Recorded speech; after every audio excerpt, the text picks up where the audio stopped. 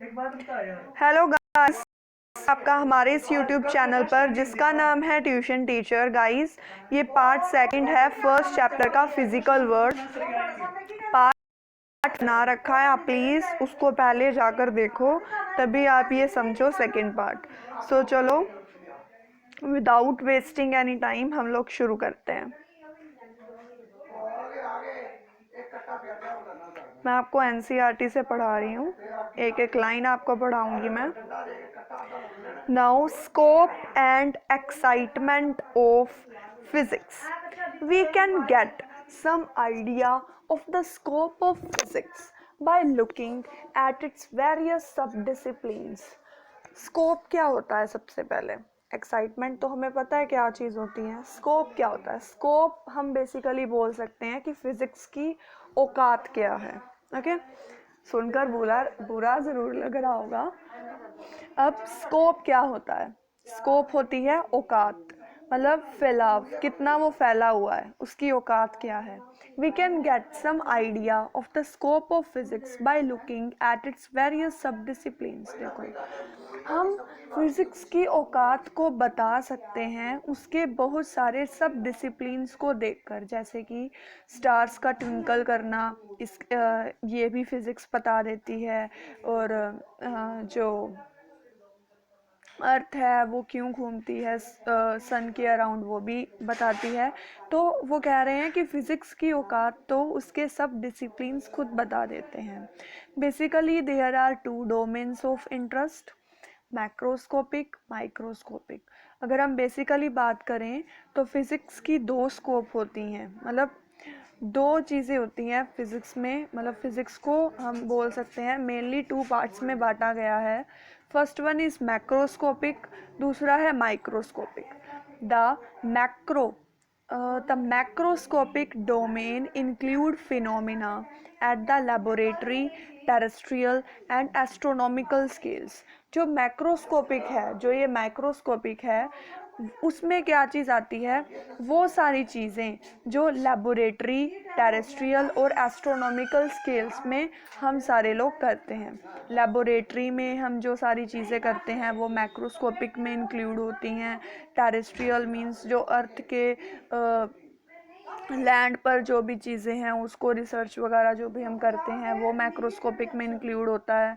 Astronomical scales, astronomical मतलब जो हम गैलेक्सीज वगैरह के बारे में पढ़ते हैं वो मैक्रोस्कोपिक होता है। मैक्रो का मतलब, मैक्रो का क्या मतलब होता है? मैक्रो का मतलब होता है बड़ा।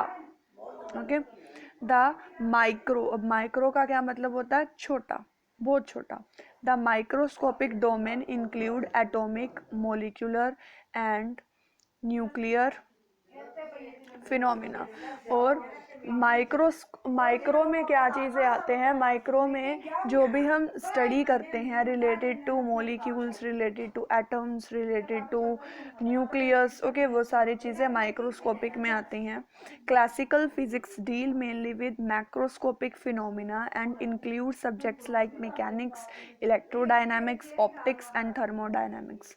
जो क्लासिकल फिजिक्स होती है वो मैक्रोस्कोपिक फिनोमिनास के साथ काम करती है। मतलब क्लासिकल फिज़िक्स में हम मैक्रोस्कोपिक के फिनोमिनास को पढ़ते हैं और उसमें कौन कौन से सब्जेक्ट्स आते हैं। मैकेनिक्स आता है, इलेक्ट्रोडायनामिक्स आता है, ऑप्टिक्स आता है, थर्मोडायनामिक्स आता है। मैकेनिक्स फाउंडेड ऑन, अब देखो, मैकेनिक्स, इलेक्ट्रोडायनामिक, ऑप्टिक्स और थर्मोडायनामिक्स। अब एनसीईआरटी हमें इन चारों के बारे में ही एक्सप्लेन करवाएगी। अब देखो, अब मैकेनिक्स की बात उन्होंने शुरू कर दी है। मैकेनिक्स क्या चीज़ होती है? Mechanics mechanics founded on Newton's law of motion and the law of gravitation, is concerned with the motion of particles, rigged and deformable bodies and general system of particles।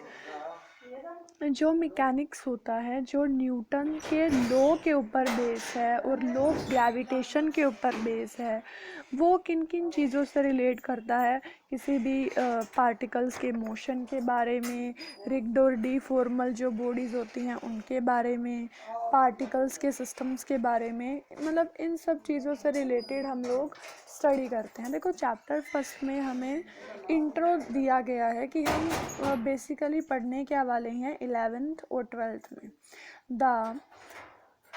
The population of a rocket by a jet of ejecting gases, मतलब एक jet की help से जब हम rocket को मतलब आसमान पर उड़ाते हैं, प्रोपागेशन ऑफ वाटर वेव्स और sound waves in air, sound waves का चलना, वाटर वेव्स का होना, ये सारा कुछ, equilibrium of a bent road under a load, कि वो किसी भी रोड का बेंट होना, ये सारी चीज़ें मैकेनिक्स के अंडर आती हैं।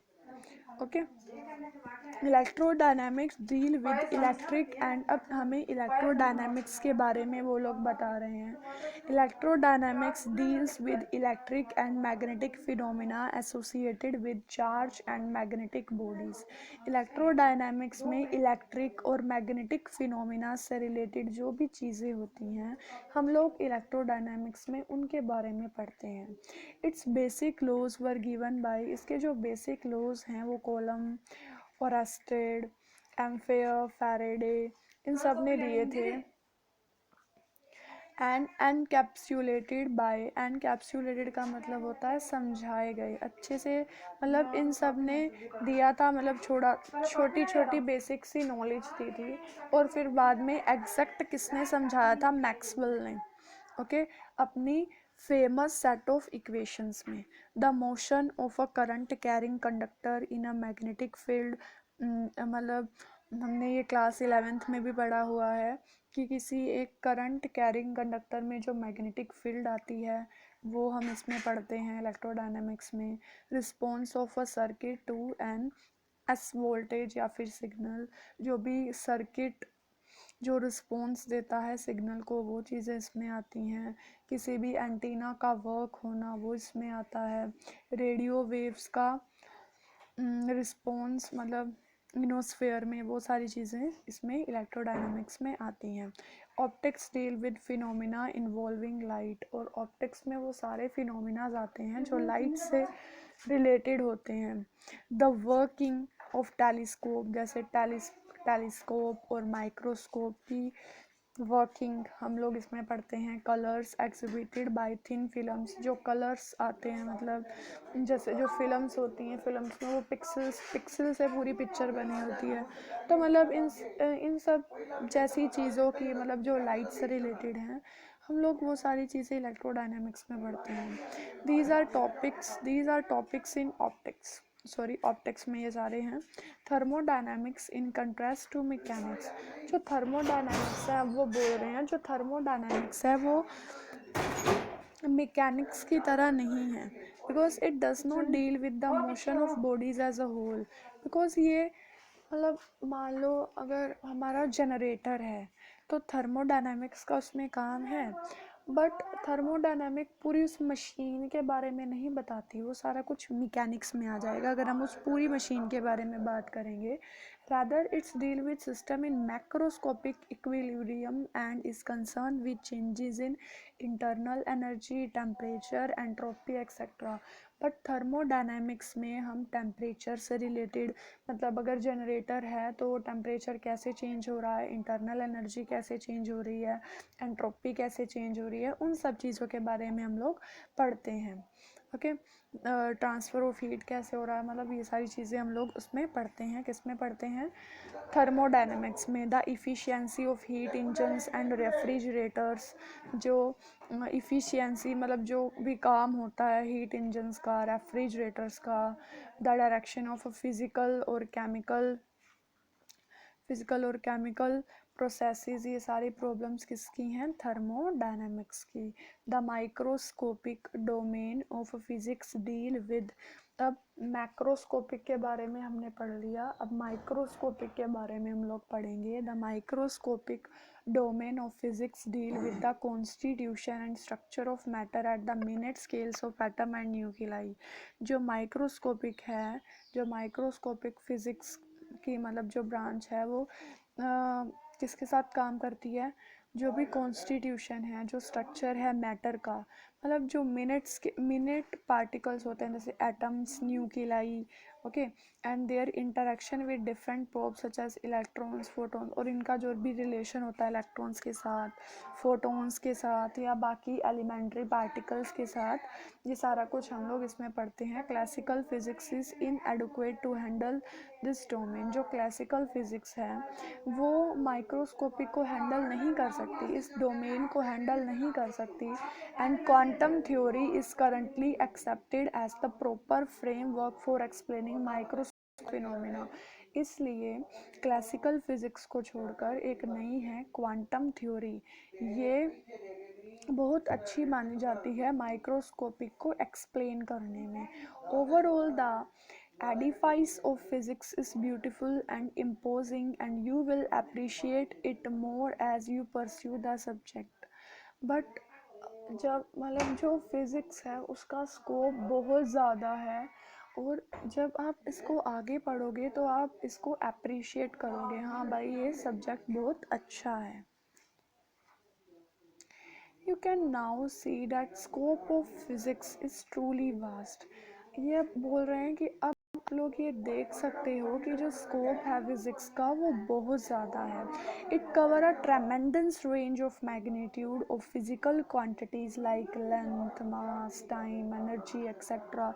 इसमें बहुत सारे मैग्नीट्यूड्स फिजिकल के फिजिकल क्वांटिटीज़ के आते हैं, जैसे लेंथ हो गया, मास हो गया, टाइम हो गया, एनर्जी हो गई, ये सारा कुछ इसमें आता है।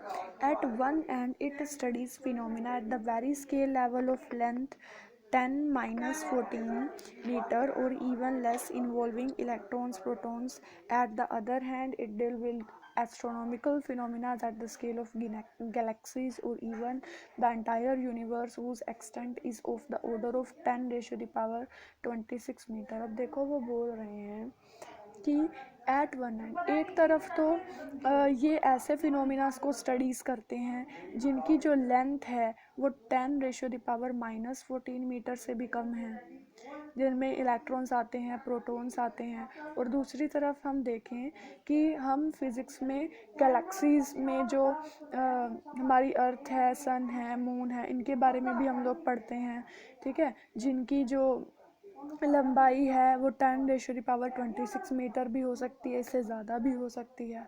देख लो कितने छोटे से कितने बड़े तक, मतलब वो बता रहे हैं कि माइक्रो टू मैक्रो तक हम लोग स्टडी करते हैं फिजिक्स में। The two length scale differ by a factor of 10⁻40 और इवन और, मतलब इतना भी हम लोग कर सकते हैं। The range of time scales can be obtain bye The range of time scales can be obtained by dividing the length scale by the speed of light, 10⁻⁻22 to 10⁻18 seconds, sorry second था।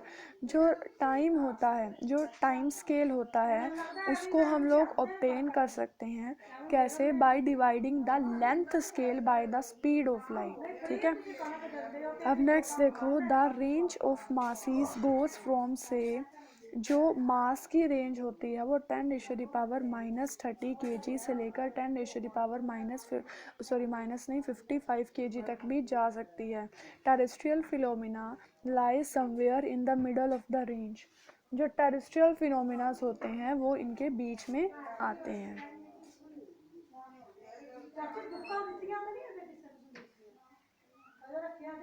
Physics is exciting in many ways. Physics बहुत ज़्यादा excite है।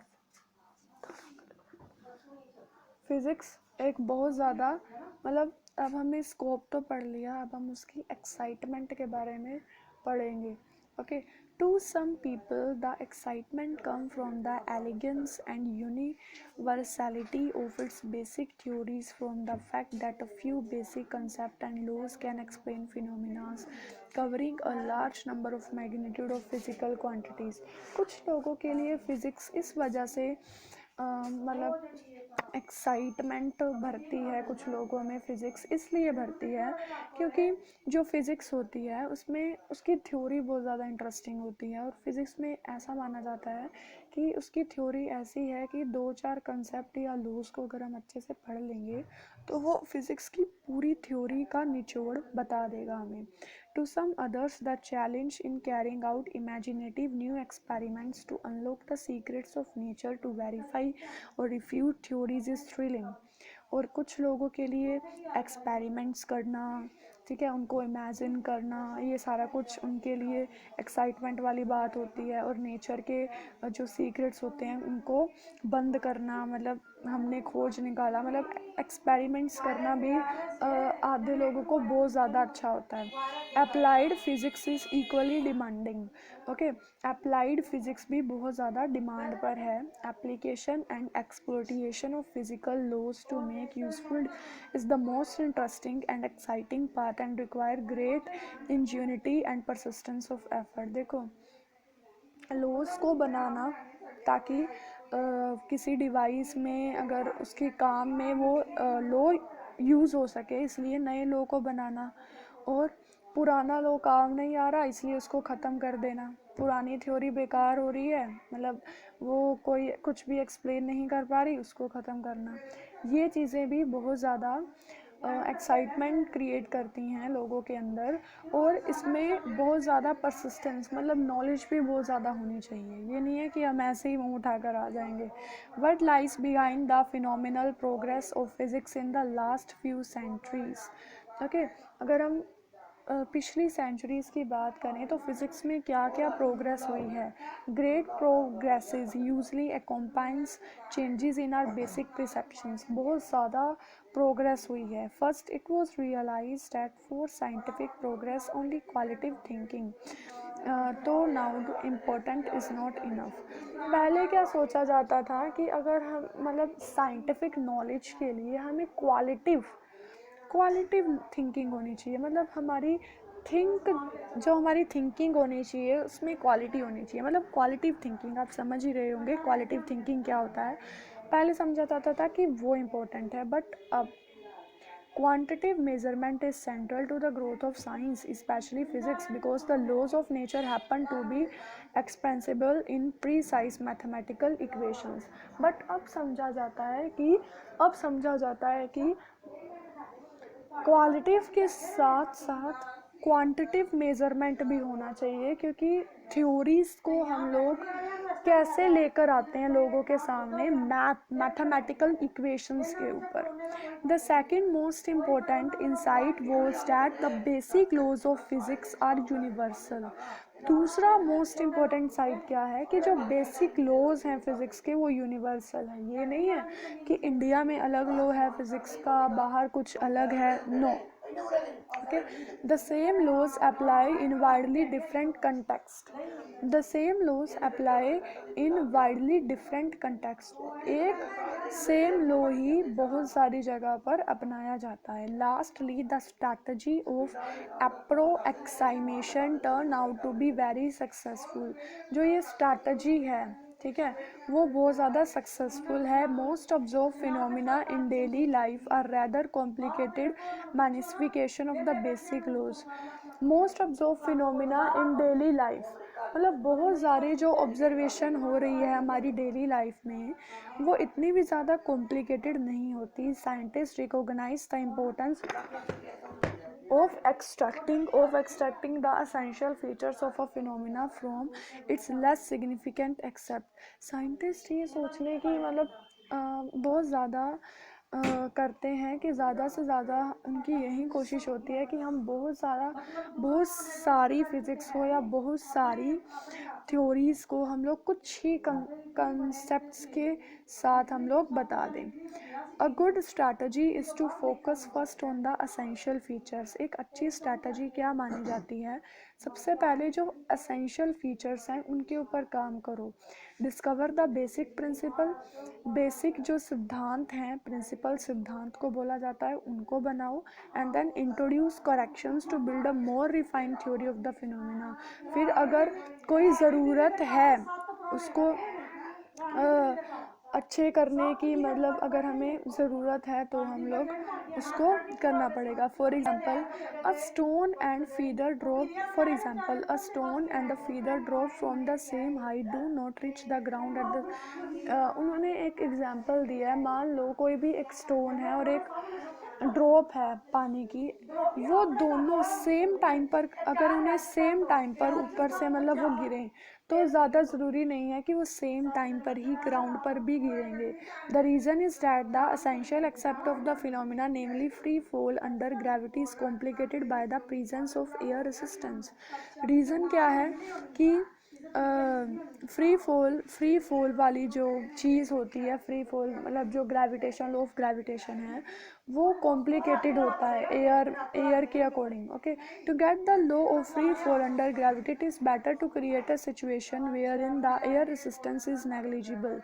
Okay, law of मतलब free fall का law under gravity बनाने के लिए ये बहुत ज़्यादा ज़रूरी है कि ये सारा कुछ वहाँ पर करना या जहाँ पर एयर रेसिस्टेंस बहुत हो ही ना, नेग्लिजिबल हो, एयर रेसिस्टेंस नेग्लिजिबल हो। We can for example let the stone and the feather fall through a long evacuated tube. In that case the two object will fall almost at the same rate. For example हम किसी tube की help से उनको fall करवा सकते हैं, तो वो दोनों बेसिकली सेम टाइम पर ही नीचे गिरेंगे।